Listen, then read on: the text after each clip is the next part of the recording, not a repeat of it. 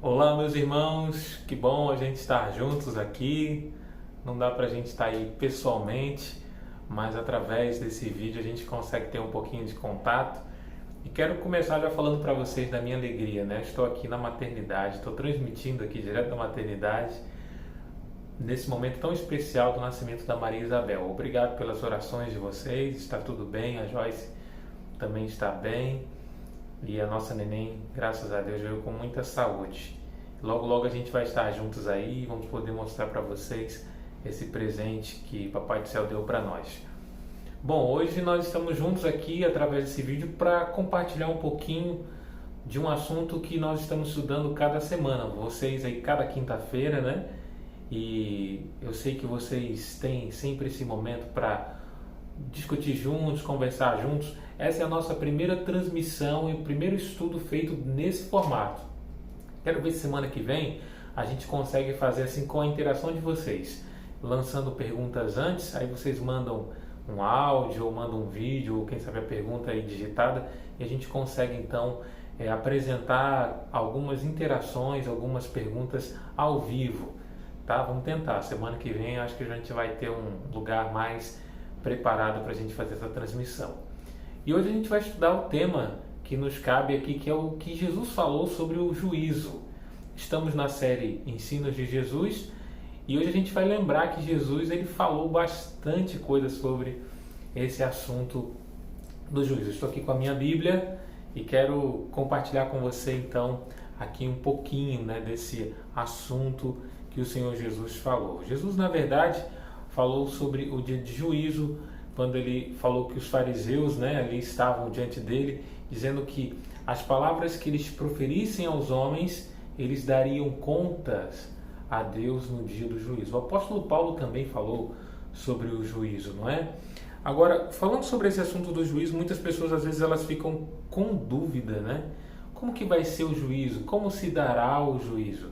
E a gente tem o primeiro texto que a gente pode pensar juntos, que é o texto de 2 Coríntios 2, versos 5, perdão, 2 Coríntios capítulo 5, verso 10.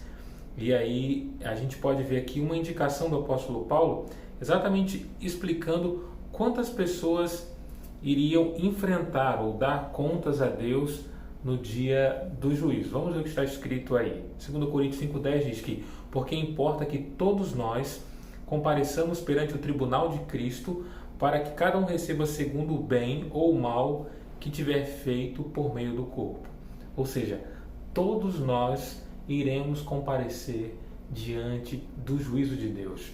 Essa é uma palavra do apóstolo Paulo que nos faz pensar que todos nós que temos feito coisas certas ou erradas, de alguma forma iremos prestar contas dessas coisas diante do nosso Deus. Então todo o nosso senso de injustiça, né, aquela nossa indignação por algumas coisas que acontecem, a obra dos maus, e puxa vida, mas será que eles não vão ter nenhum tipo de recompensa? A Bíblia diz que todos os seres humanos vão comparecer perante Deus. E é interessante esse pensamento, né? Quando a gente vai lá em Eclesiastes 12, versos 13 e 14, a gente vê que Deus não será um Deus parcial, ou seja, Ele vai levar em consideração cada obra.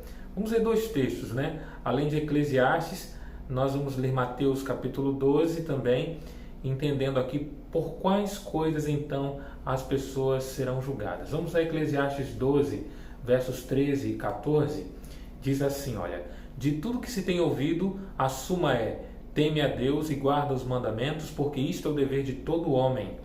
Porque Deus há de trazer a juízo todas as obras, até as que estão escondidas, quer sejam boas, quer sejam más. Então a gente vê que Deus vai trazer a juízo todas as obras, mesmo aquelas que as pessoas acham que ninguém está vendo, Deus há de trazer a juízo todas essas obras. E o nosso dever, enquanto estamos aqui, né, é temer a Deus e guardar os seus mandamentos. Daqui a pouquinho a gente vai falar um pouquinho mais sobre os mandamentos. Mas deixa eu ler com você então agora Mateus 12, versos 36 e 37. Jesus falou assim, olha: digo-vos que de toda palavra frívola, nós lemos esse texto aqui no início, né?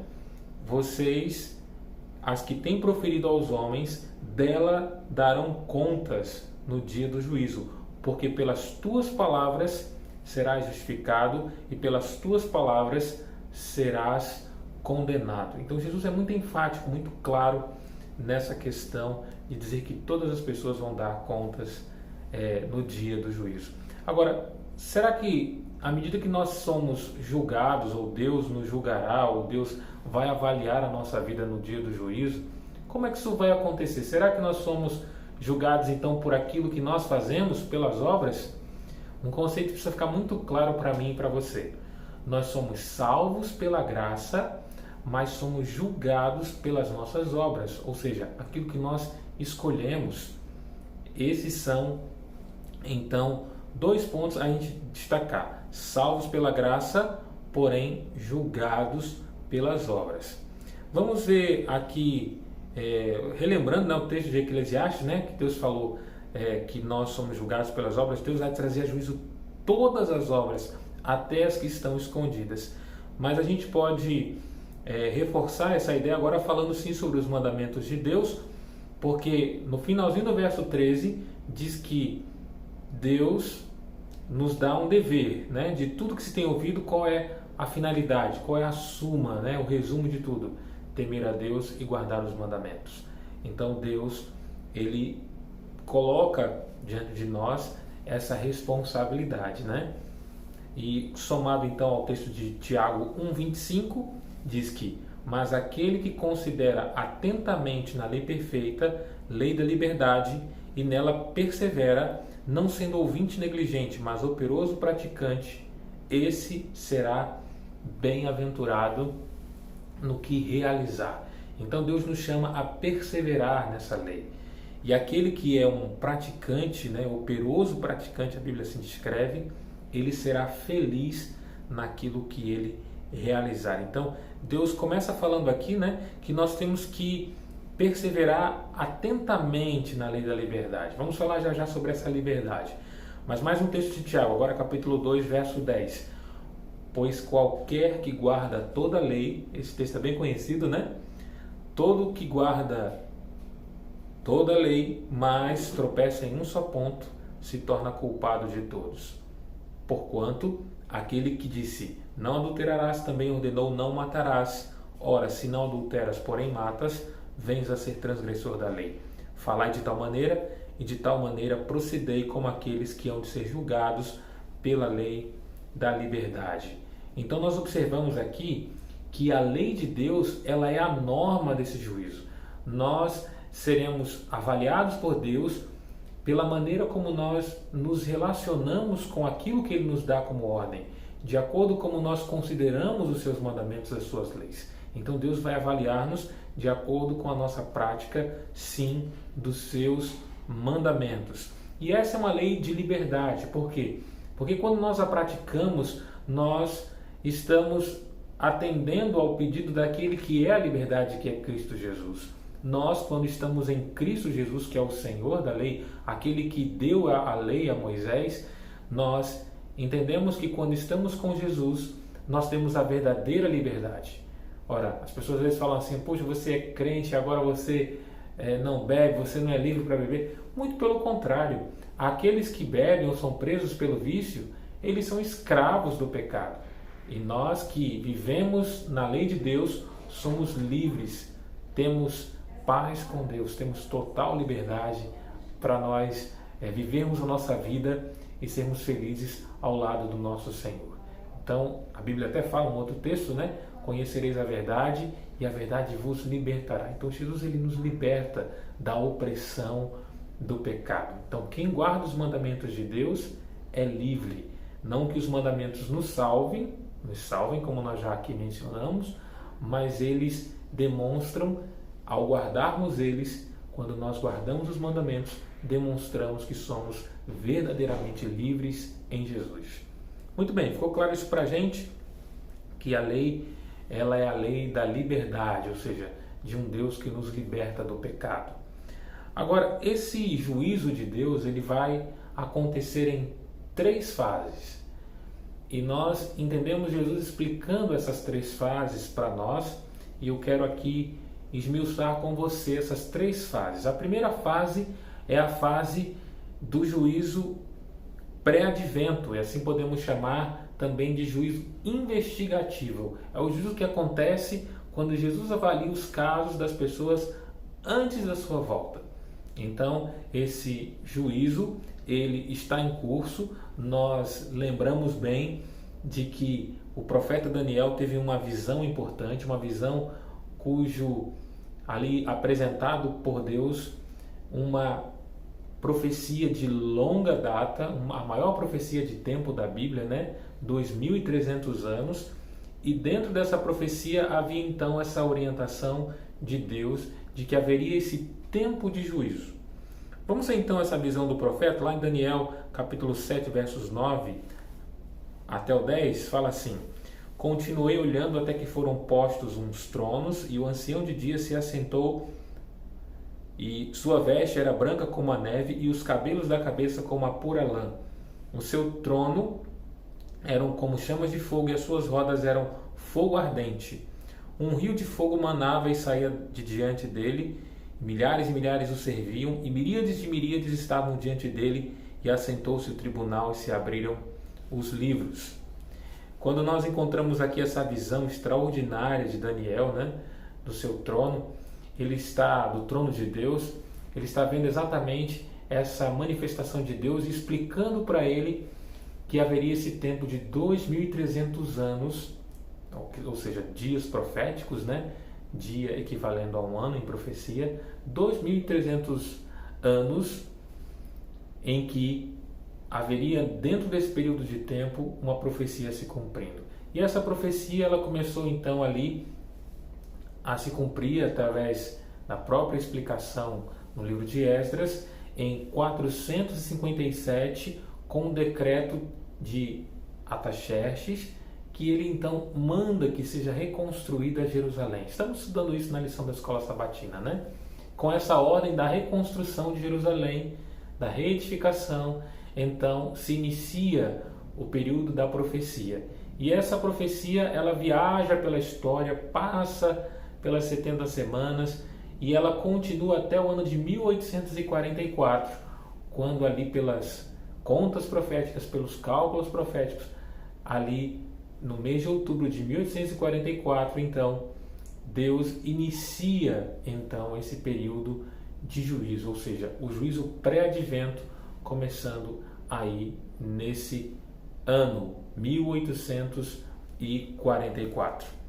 Então, nós temos esse juízo que está em curso desde 1844, ou seja, Jesus agora ele passa a desempenhar um outro papel no santuário.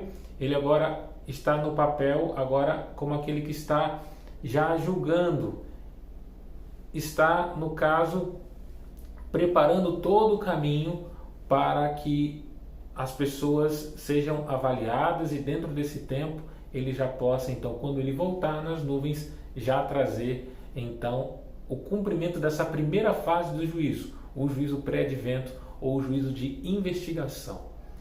Mas nós temos a segunda fase, que é o juízo comprobatório. Uma vez que Jesus volta e cumpre, então, o juízo de investigação, começa agora o juízo comprobatório, que é a segunda fase, e essa segunda fase é descrita em Apocalipse capítulo 20. Vamos ver então a visão do profeta João em relação ao juízo?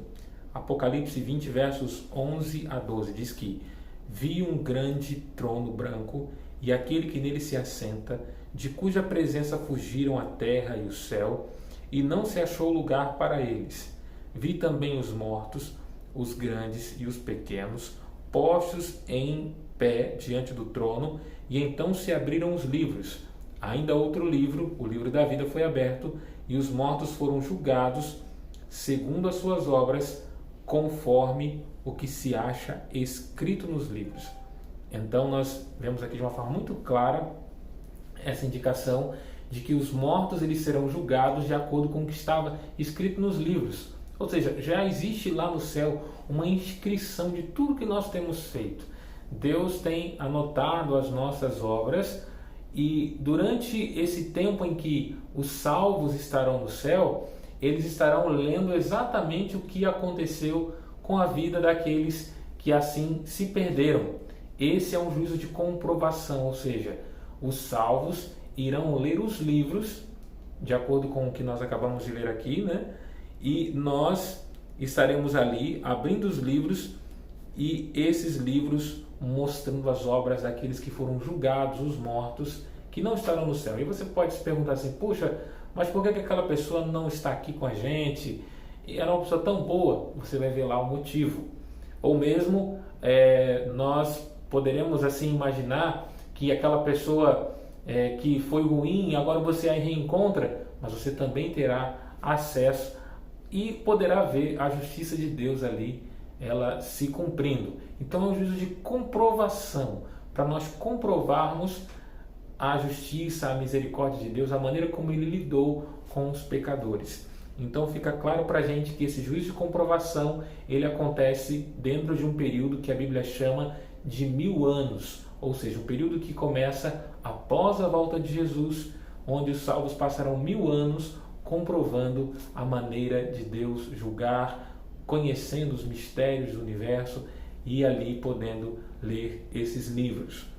E a terceira fase, então, é o juízo executivo, quando após o milênio, os maus, pelo que nós vemos em Apocalipse capítulo 20, ali pelos versos 8 e 9, os mortos, então, aqueles que realmente foram maus, passaram pela primeira morte, agora eles irão passar pela segunda morte, ou seja, irão ressuscitar para receber o juízo final. E essa terceira etapa, então, é o juízo final, podemos assim dizer, juízo executivo. Apocalipse 20, vamos ver do verso 7 até o 9, João agora descrevendo o juízo que os ímpios receberão. Está escrito assim: quando, porém, se completarem os 1000 anos, Satanás será solto da sua prisão e sairá a seduzir as nações que há nos 4 cantos da terra, Gog e Magog, e ao fim, com a finalidade de reuni-las para a peleja. O número dessas é como a areia do mar. Verso 9. Marcharam então pela superfície da terra, sitiaram o acampamento dos santos e a cidade querida, desceu, porém, fogo do céu e os consumiu. Então, queridos, esse aqui é um momento muito dramático da história, uma visão realmente difícil da gente assimilar, porque nesse momento os maus estão recebendo aquilo que eles cultivaram, né? Todos serão agora destruídos definitivamente. O mal será eliminado, não sobrará raiz nem ramo. A Bíblia diz que eles serão como cinzas, como pó, e eles receberão agora, os maus, a justa paga, né, pelas suas ações, porque não se esconderam na sombra do Altíssimo, porque não buscaram a Deus. Eles se perderão não porque não tiveram ouvido a mensagem, não porque não tiveram chance de conhecer. Pelo contrário, eles irão ser destruídos por rejeitarem essa mensagem, né? Por não aceitarem a obra de salvação, por não aceitarem ter Cristo como seu defensor. Mas nós, assim, temos aceitado Jesus, e todos, como nós já aprendemos aqui, darão contas a Deus por suas obras naquele dia importante. A gente precisa lembrar aqui, antes de finalizar, o que o apóstolo Pedro falou. 2 Pedro capítulo 3, versos 7, 11 até o 13, e o apóstolo Pedro está fazendo um apelo importante para nós. Ele está fazendo um convite. Veja só o convite do apóstolo no verso 7, 2 Pedro 3, 7. Ora, os céus que agora existem e a terra, pela mesma palavra, têm sido entesourados para o fogo, estando reservados para o dia do juízo e destruição dos homens ímpios. E agora os versos que seguem. Verso 11. Visto que todas essas coisas hão de ser assim desfeitas, deveis ser tais como os que vivem em santo procedimento e piedade, esperando e apressando a vinda de Deus, por causa do qual os céus incendiados serão destruídos e os elementos abrasados se derreterão. Nós, porém, segundo a sua promessa, esperamos novos céus e nova terra, nos quais habita justiça. E é isso que a gente espera de verdade, não é? E eu quero dizer a você que você não precisa ter medo do juízo, porque para você que está guardado por Cristo, o juízo é uma fase, é um momento, é algo que Deus precisa fazer para eliminar o pecado que tem afligido a humanidade. O pecado que traz a morte, que traz o sofrimento, que traz as doenças, as dores, mas Jesus está preparando um reino de paz.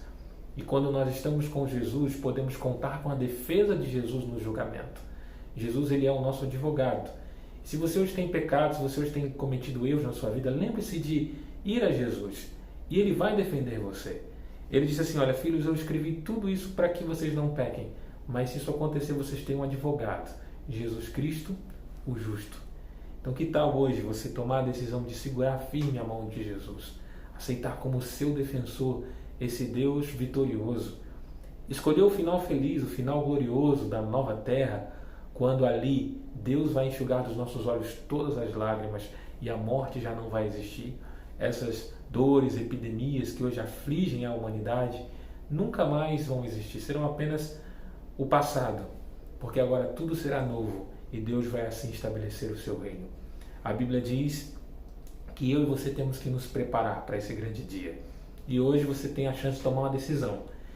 E você pode dizer aí junto com o seu familiar, os seus amigos aí, não sei quem está na sua casa me assistindo agora, mas você pode dizer assim: olha, hoje eu tomei a decisão de me apegar a Jesus. Eu aprendi que o juízo de Deus está em andamento e agora todo ser humano vai dar contas por suas obras.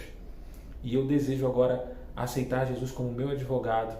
Eu quero ser absolvido naquele grande dia no tribunal de Deus. Eu quero ser realmente preservado para a eternidade. Essa é a sua decisão, esse é o seu desejo. Então que Deus te confirme nesse desejo cada dia. Que você seja um daqueles que vão estar com Cristo por toda a eternidade. Juntos, né? Na verdade, que o nosso PG possa estar ali com Jesus, relembrando bons momentos que nós passamos juntos. Eu quero orar com você agora por esse grande objetivo. Esse objetivo de estarmos juntos no céu. Feche seus olhos, vamos orar juntos. Grande Deus, muito obrigado, Senhor, por esses queridos irmãos que têm participado desse estudo da Bíblia. São pessoas muito queridas, que te amam e que querem cada dia se comprometer com o Senhor. Ajuda-nos, Deus, a que possamos ser fiéis a Ti, guardando os Seus mandamentos e nos preparando para o juízo. O juízo que está em curso, eu sei, Senhor, está acontecendo, o Senhor já está avaliando as nossas decisões, mas que no final sejamos aprovados, porque nós já escolhemos estar firmes, apegados ao Senhor Jesus. E com Ele, nós somos mais do que vencedores. Dê a Tua vitória, dê a Tua bênção a cada família, proteja, Senhor, cada lar que agora está precisando do Teu amparo, do Teu cuidado, dê saúde e paz a cada uma que está me assistindo agora. Eu te peço essas bênçãos, Senhor, em nome de Jesus. Amém, Senhor Deus. Amém. Até mais, Deus abençoe vocês e a gente vai ter chance de ter outras transmissões aí, viu? Continuem orando pela nossa família e eu continuarei orando por vocês. Grande abraço.